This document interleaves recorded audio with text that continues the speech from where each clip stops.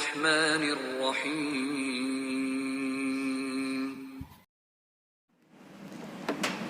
إن الحمد لله نحمده ونستعينه ونستغفره ونعوذ بالله من شرور أنفسنا وسيئات أعمالنا من يهده الله فلا مضل له ومن يضلل فلا هادي له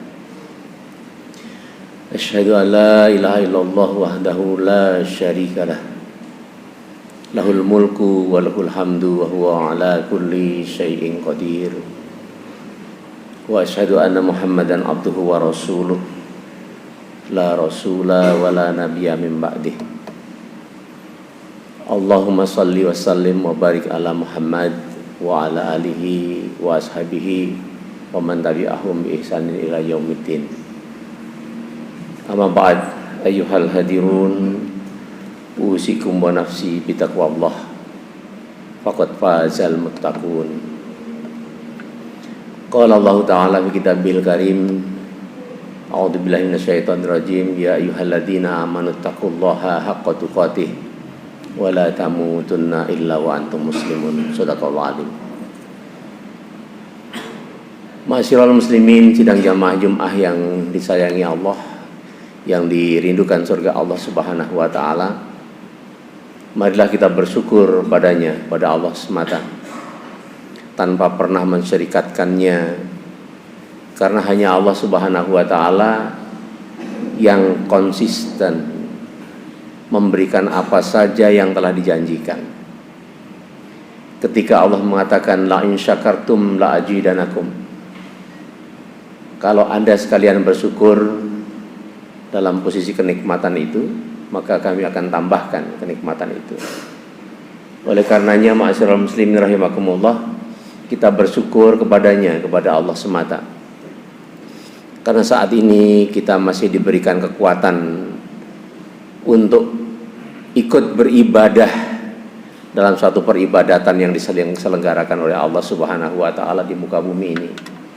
Banyak di antara kita, orang-orang yang kita kenal, yang mereka tidak diberi kesempatan itu. Bahkan mereka diharamkan oleh Allah masuk ke dalam rumah-rumah Allah. Mereka dikatakan najis masuk ke dalam rumah-rumahnya, dan kita kadang-kadang diundang, kadang-kadang kita sudah langsung merasa tanpa harus diundang memasuki rumah Allah ini. Ma'asyiral muslimin rahimakumullah, itulah satu jalan yang paling bersih, itulah jalan yang paling indah, yang terang benderang, yang dibawa oleh Rasulullah Sallallahu Alaihi Wasallam untuk kita. Oleh karenanya kita bersalawat kepadanya, kepada keluarganya dan semua para sahabatnya, dan kita tentunya yang mengikuti jalannya hingga yaumul ba'ts, satu hari perhitungan itu digelar oleh Allah Subhanahu wa taala. Ma'asyiral muslimin rahimakumullah, Rasulullah yang kita cintai itu, yang kadang-kadang kita lupa untuk ingin senantiasa bersamanya, berpesan pada kita, alaikum bisunnati wassunnati khulafaur rasyidin al-mahdiyyin tamasaku biha wa'adu alaiha binawajid. Rasulullah mewanti-wanti pada kita untuk senantiasa ada di atas sunnah-sunnahnya dan sunnah para khulafa ar-rasyidin yang diberi petunjuk oleh Allah Subhanahu wa taala itu. Pegang erat itu dan gigitlah dengan gigitan gigi geraham kalian. Itu wanti-wanti baginda Rasulullah untuk supaya kita bisa menemaninya. Kadang-kadang kita ini mesti membayangkan betapa surga yang dihuni Rasulullah Sallallahu Alaihi Wasallam itu dikatakan oleh Allah arduhas samawati wal ard,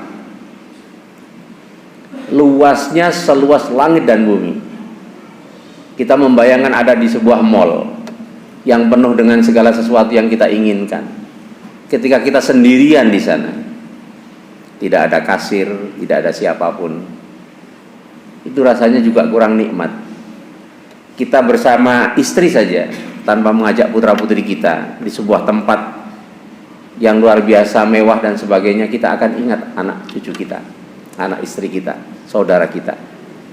Bahkan kadang-kadang kita takut ada di dalam suatu ruangan yang besar, yang indah sekalipun, kok tidak ada temannya, Oleh karena itu kita harus kasihan terhadap baginda Rasulullah Shallallahu Alaihi Wasallam yang saat ini sudah ada di sana sendirian bersama beberapa sahabat saja. Dan kita umat Islam ini sering tidak peduli bahwa kita sudah dinanti-nanti, sehingga pada waktu Rasulullah wafat, sebelumnya beliau mengatakan ummati, ummati. Rasa kasih sayang itu harus kita tumbuhkan, khusus untuk Rasulullah Sallallahu Alaihi Wasallam yang sehari 5 kali minimal kita sebut namanya dengan nama Nabi Ibrahim alaihissalam di dalamnya, sebagai sebuah rentetan generasi terbaik di muka bumi ini. Ma'asyiral muslimin rahimakumullah, saat ini kita masih ada di dalam suasana tahun baru Hijriah. Tahun baru Hijriah itu sebenarnya juga tahun jahiliyah. Hari-harinya itu juga digunakan oleh orang-orang jahiliyah. Hanya Allah Subhanahu wa taala menurunkan hari-hari itu mulai terciptanya alam semesta ini. Sebagaimana disebutkan dalam Quran bahwa ada 4 bulan hurum.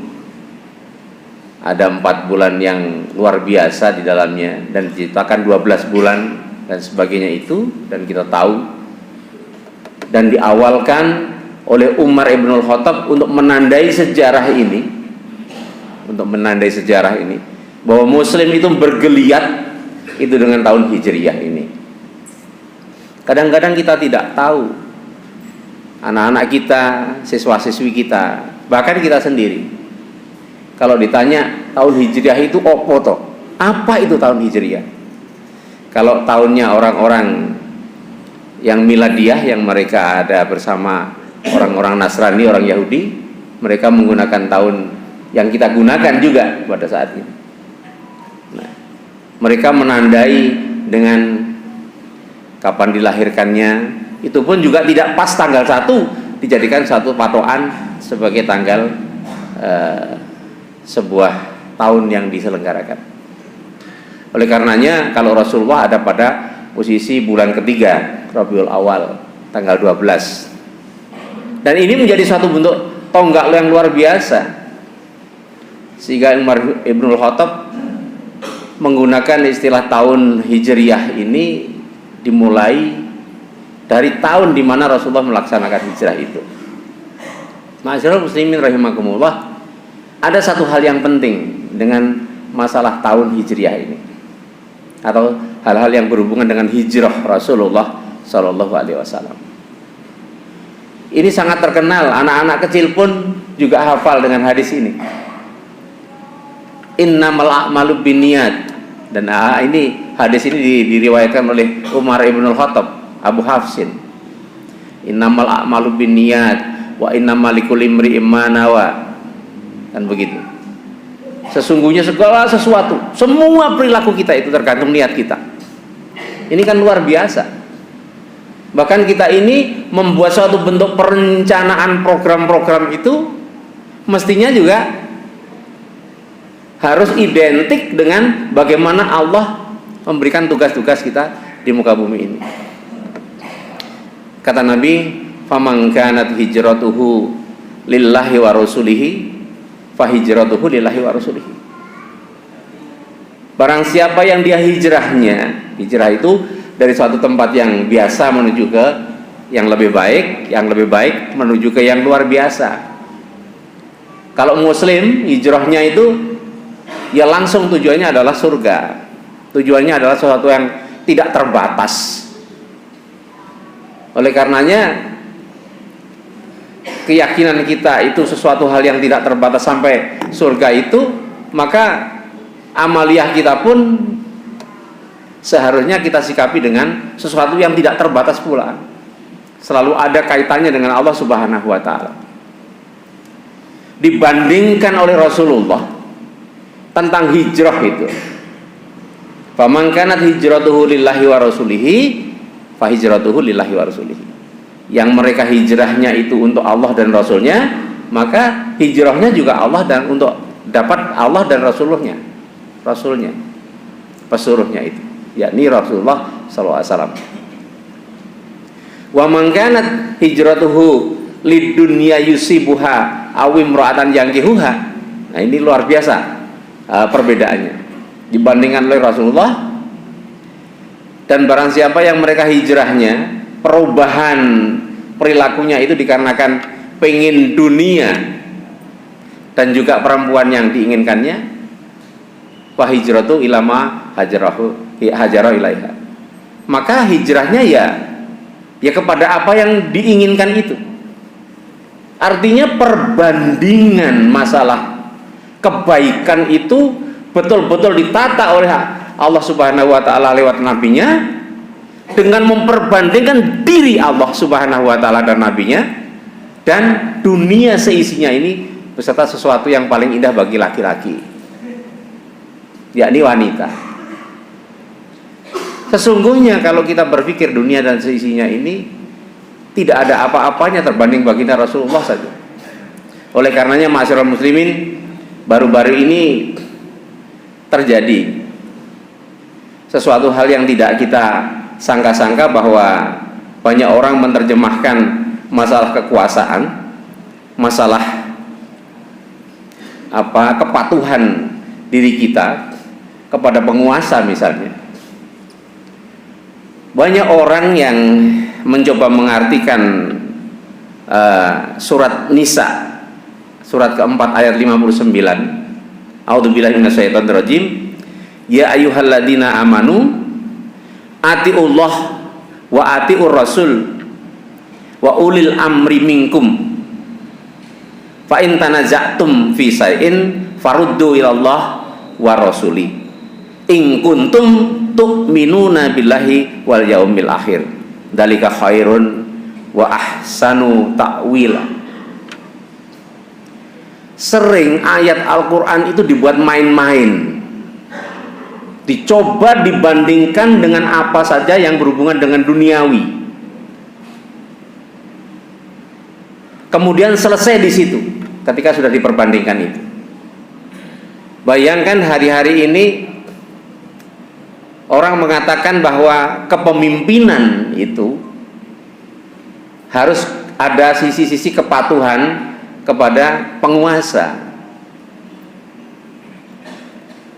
yang dikatakan sebagai ulil amri minkum.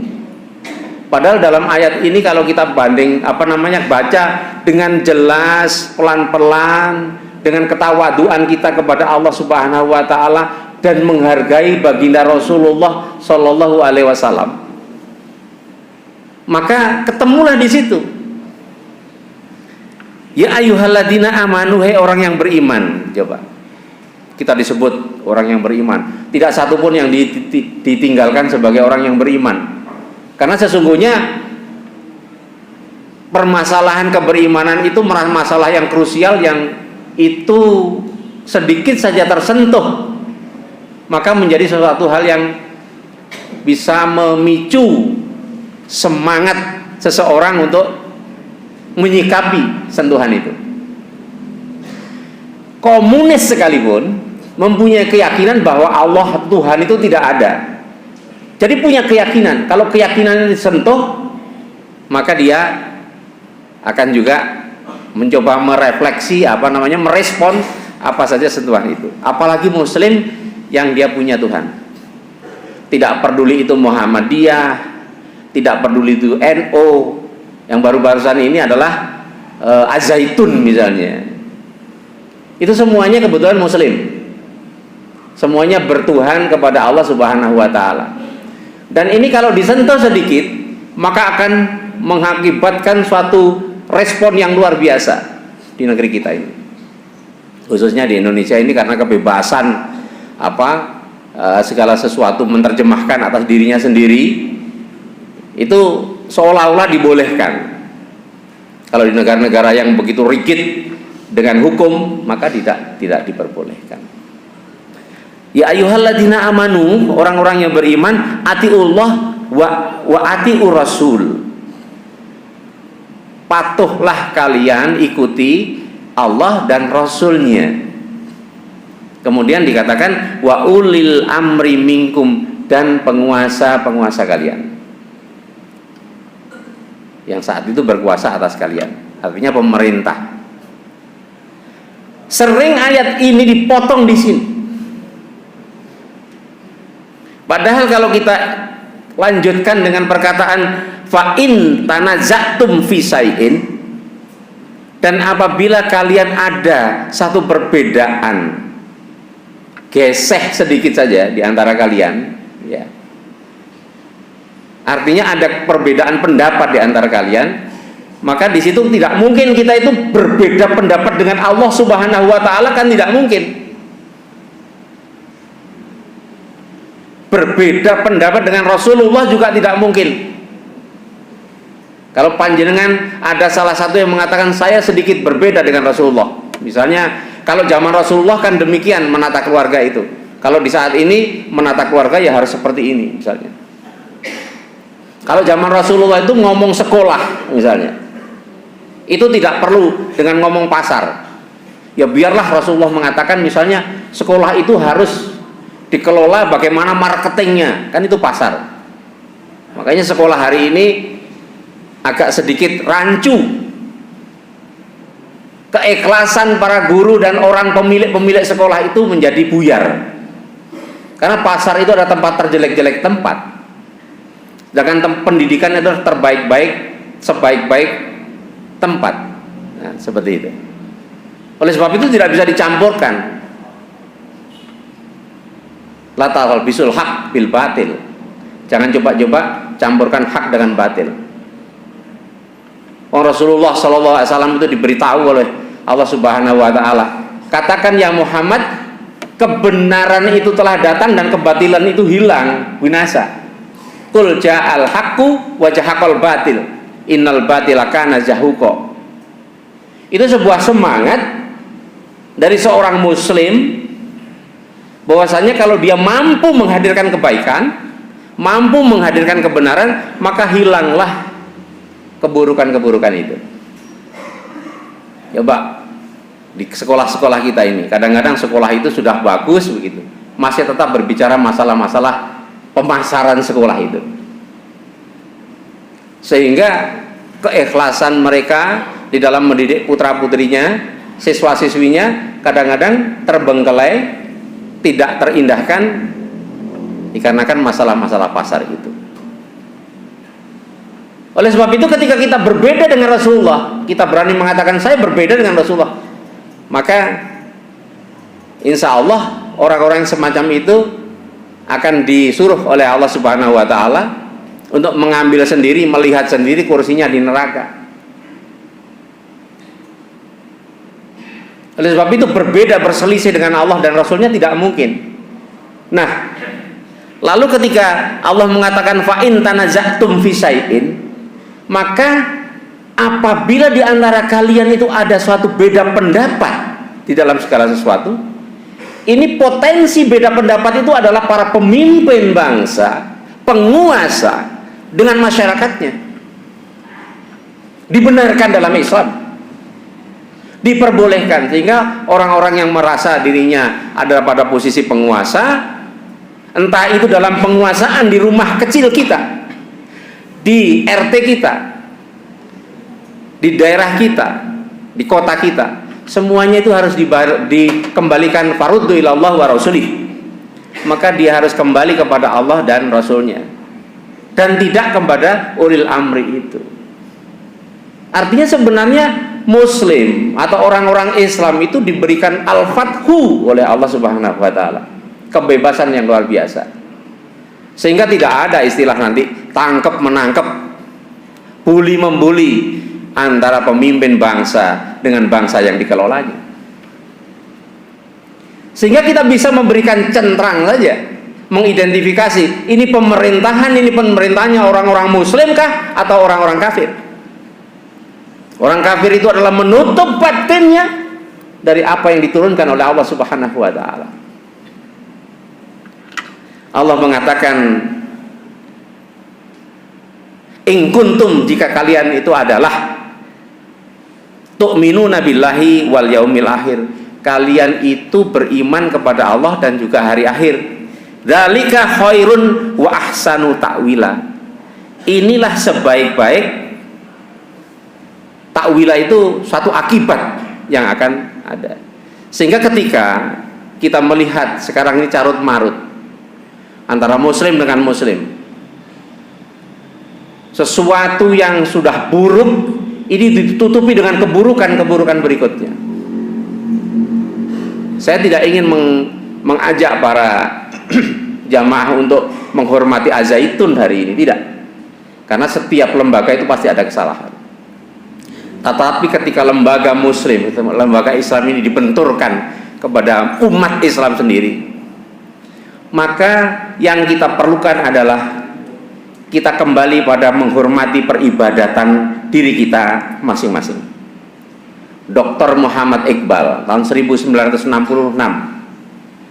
dia seorang tokoh filosof ternama dari Pakistan. Dia mengatakan bahwa pendekatan ibadah itu ada 3. Yang pertama adalah pendekatan secara filosofis atau keilmuan. Orang-orang yang tidak punya ilmu hari ini berbicara ketika ada sekedar video disuguhkan, loh kok Az-Zaitun seperti itu, dibenturkan supaya apa? Saling kepemilikan kita tentang agama itu meledak, karena ini untuk menutupi borok-borok yang lainnya. Ada sholat dengan takbir 4 kali kemudian menengok ke kanan, menengok ke kiri, salam, dikatakan di situ Az-Zaitun mengajarkan sholat seperti itu. Ya memang itu sholat jenazah. Dan sampai sekarang ini belum dikatakan sesuatu hal yang ada sisi-sisi buruk yang luar biasa kalau kita teliti secara keilmuan, dan semuanya masih diambang kebenaran, masih dalam posisi-posisi yang baik. Dan ini kebiasaan-kebiasaan kita, kebiasaan orang-orang yang memimpin kita untuk mengambil atau merampok dengan indah apa saja yang ada pada posisi rezim terdahulu kepada rezim yang saat ini. Muslim harus sadar itu, bahwa keilmuan kita harus kita bangun luar biasa. Kalau tidak tahu harus ditanyakan kepada orang-orang ahli hukumnya. Tidak begitu saja kita menangani hoax kemudian kita menyebarkan. Kenapa? Ketika kita memberikan suatu penyebaran itu padahal kita tidak tahu bahwa itu sebenarnya adalah suatu politik manusia-manusia yang tidak bertanggung jawab, basar-basar itu, maka kita akan terjerat pada posisi orang yang mengikuti orang-orang yang diikuti. Ittabarra'al ladina tubi'u minal ladina taba'u wa ra'awul adab wa taqatta'at bihimul asbab. Ketika orang-orang yang diikuti itu terlepas atau melepas diri daripada orang-orang yang mengikuti, pemimpin-pemimpin itu melepaskan diri. Kenapa? Karena dia melihat ada adab yang luar biasa. Wa qala alladziina taba'u, maka orang-orang yang mengikuti itu mengatakan, wa qala alladziina taba'u law anna lana karratan fanatabarra'a minhum kama tabarra'u minna. Kadzalika yurihimullahu a'malahum hasyaratin 'alaihim wa ma hum bikharijina minan nar. Orang yang mengikuti, orang yang tidak tahu apa-apa nge-share. Loh, kok seperti ini? Bener apa salah? Belum tahu nge-share. Delalah salah. Delalah salah. Itu mereka itu di sana nanti di dalam pengadilan Allah, mereka itu mengatakan kepada Allah, ya Allah, andaikan saja Engkau berikan kesempatan sekali saja saya hidup di muka bumi ini, saya akan berlepas diri dari mereka-mereka itu. Hati-hati masyarakat muslimin rahimakumullah. Keilmuan yang tidak cukup, saya mengingatkan pada para jamaah hari ini, membuat Islam kacau balau, membuat Islam ini semakin terpuruk karena keilmuan kita tidak mumpuni. Kedua adalah sosiologis empirik, kaifiah. Bukankah soft yang renggang itu sudah selesai dibahas saat pandemi, kemudian diungkap? Karena ini agama, sehingga meledak. Kemudian yang ketiga adalah spiritual atau tasawuf. Seorang yang sering belum menemukan Tuhannya itu sering bingung, dan mereka biasanya mencari-cari cara untuk supaya mereka dihargai sisi-sisi keagamaannya. Karena dia tidak tahu ilmunya, karena dia juga tidak tahu sosiologis empirik fikih-fikihnya, maka dia mengira bahwa dirinya sudah menemukan segala sesuatu. Oleh karenanya, ma'asyiral muslimin rahimakumullah, itu tidak terbatas pada kita yang hari ini ada di kalangan bawah, tapi mereka yang ada di atas seperti itu pula, bahkan lebih daripada kita. Karena rasa rakus kepada kekuasaan, karena mereka adalah orang-orang yang tidak mau peduli kepada orang yang ada di bawah. Mereka tidak pernah tahu siapa diri orang-orang yang dipimpinnya. Ma'asyiral muslimin rahimakumullah, saya ingin menyampaikan satu hadis untuk penutup khutbah ini. Ketika Rasulullah SAW ditanya tentang makan saja, kalau kita ingin berjalan sesuai dengan Rasulullah itu saya yang diikuti apanya? Mari kita lihat satu hal yang sangat krusial setiap hari kita lakukan. Rasulullah itu pernah ngendikan, pernah berkata begini, nahnu qaumun la na'kula hatta najud wa idza akalna la nashba, kata baginda Rasulullah. Ini kan kalau kita katakan dari mulut kita, maka orang tidak akan menggubris ada apa di situ. Bagi seorang yang berilmu, maka ini menjadi suatu pegangan yang ada apa. Rasulullah mengatakan seperti ini. Rasulullah mengatakan, kami ini satu kaum. Berarti di situ ada satu kelompok yang apabila dia melakukan seperti itu adalah kaumnya Rasulullah SAW. Hanya masalah makan. Kalau ini kita akan berbicara masalah generasi berikutnya.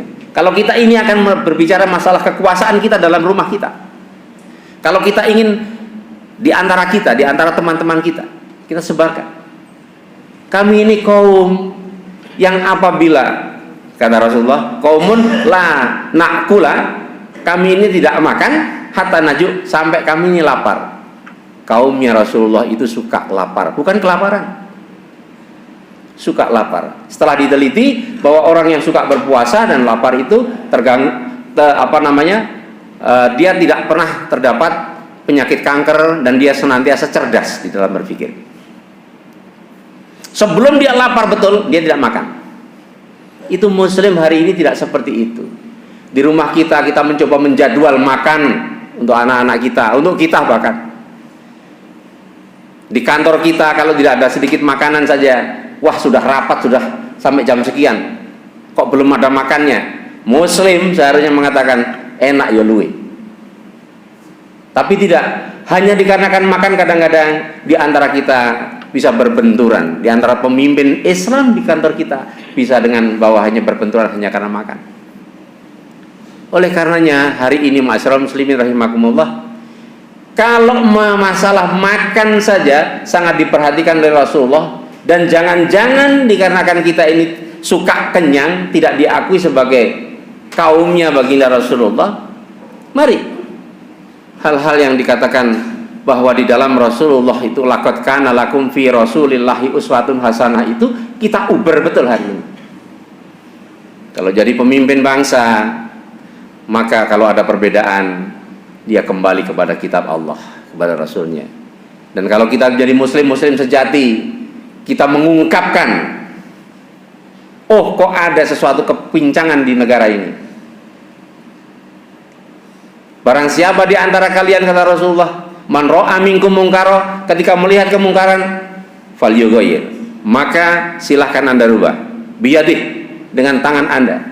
Fa in lam yastati fa bi lisanih, kalau nggak bisa dengan lisan Anda. Fa in lam yastati fa bi qalbih. Tidak ada perintah bahwa silahkan nggak usah diperhatikan masalah itu, tidak. Tapi ada fa bi qalbih. Bahkan Rasulullah mengatakan wa dzalika adzaful iman. Saya mengingatkan sebagai khatib, kita ini sering mengeluh, pemerintahan kok koyok ngini. Ini mumpung Agustus, ada berita tanggal 10 akan ada people power. Entah apapun yang terjadi di Indonesia ini. Tapi bagi kita yang sekarang ada di masjid yang mulia ini, apakah sudah memilih di antara tiga ini ketika kemungkaran itu terjadi? Kekuasaan nggak punya, lisan nggak tembus, hati Anda, hobi kolbi, sudahkah kita sholat 2 rakaat untuk itu? Ada kewajiban, diminta ataupun tidak diminta, berdoa kepada Allah. Jadi muslim kok nggak pernah berdoa untuk mendoakan masyarakatnya, kepemimpinannya dan sebagainya, yang bisa hanya mencela kepada mereka. Ya, kita berdoa semoga diberikan pemimpin yang luar biasa pada kali yang akan datang. Aqulu qauli hada wastaghfiruhu innahu huwal ghafurur rahim. Astagfirullah.